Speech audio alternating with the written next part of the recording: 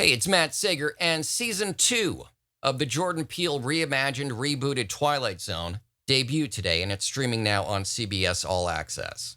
I'm going to be recapping episode 1, so if you haven't seen it yet, and you're planning to, I suggest you go watch it now and come back and listen to this podcast after. If you're not a CBS All Access subscriber, if you don't have an interest in watching season 2 of the Twilight Zone, or if you don't mind having it spoiled, here we go. It's 40 minutes and ultimately fairly unsatisfying, despite a couple of great performances. And the ongoing problem, continuing over from season 1 of the Twilight Zone, which is that these episodes are too long. Not that they're so long and, we've got ADD and you've got to cater to us. We can only handle X amount of story before we need to go run around. No, it's nothing to do with that. It's a runtime that is causing these writers, directors, producers to fill for time.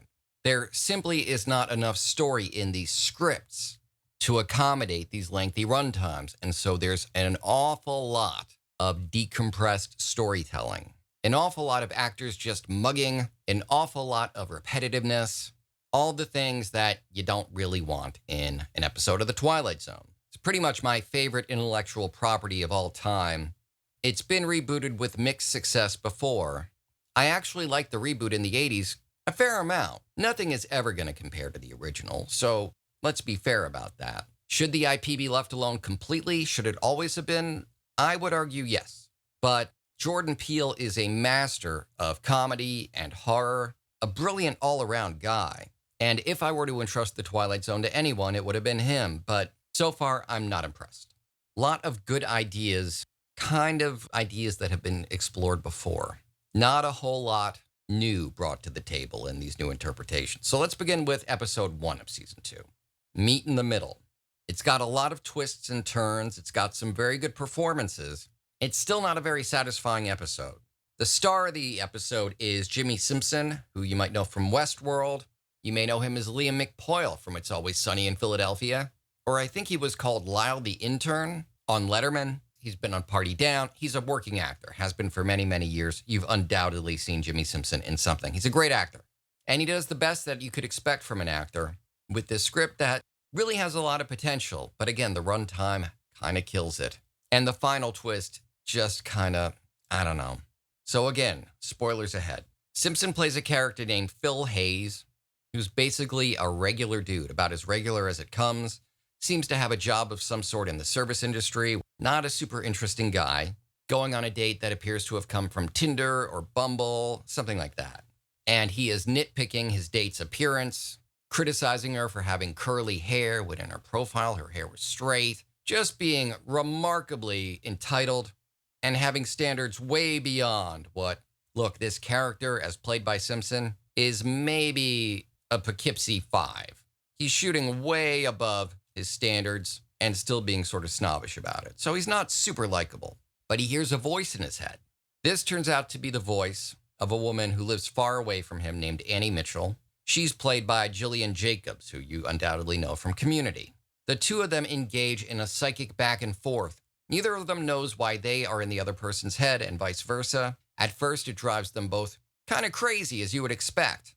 And Phil Hayes, in a move that is either perfectly logical or deeply stupid, depending on your desire, when you hear someone's voice in your head, to receive critical medical treatment and possibly risk being committed or institutionalized. He tells his psychiatrist about this. The psychiatrist who already has a pretty mixed opinion of Hayes. He's apparently been coming in week after week, complaining about these dates of his that are going wrong, how the women are failing to meet his ridiculously high standards, how it's always their fault, and now he's hearing voices. So the psychiatrist logically says, hey, have you heard about a thing called dissociative identity disorder, aka multiple personality disorder? I don't know that that's the first diagnosis I would leap to, but I'm not a psychiatrist or psychologist. I would say maybe paranoid schizophrenia, but again, I don't really know the definitions of this stuff. But he's not claiming to have another identity. He's claiming to hear voices. That's troubling, no matter how you slice it. And yet, when he hears the voice again during the therapy session, tunes the therapist out, and in a mental conversation with Annie Mitchell, decides to walk out of the therapy session entirely, ignoring the therapist completely. The therapist just says, oh, well, there goes my client. long as it's a billable hour. So this man, who was clearly a danger to himself and or others, he's hearing voices, walks out of the therapist's office into the world, and the therapist just goes about the rest of her day, apparently undisturbed. Over time, Hayes and Mitchell really bond over this bizarre psychic connection they formed. They fall in love.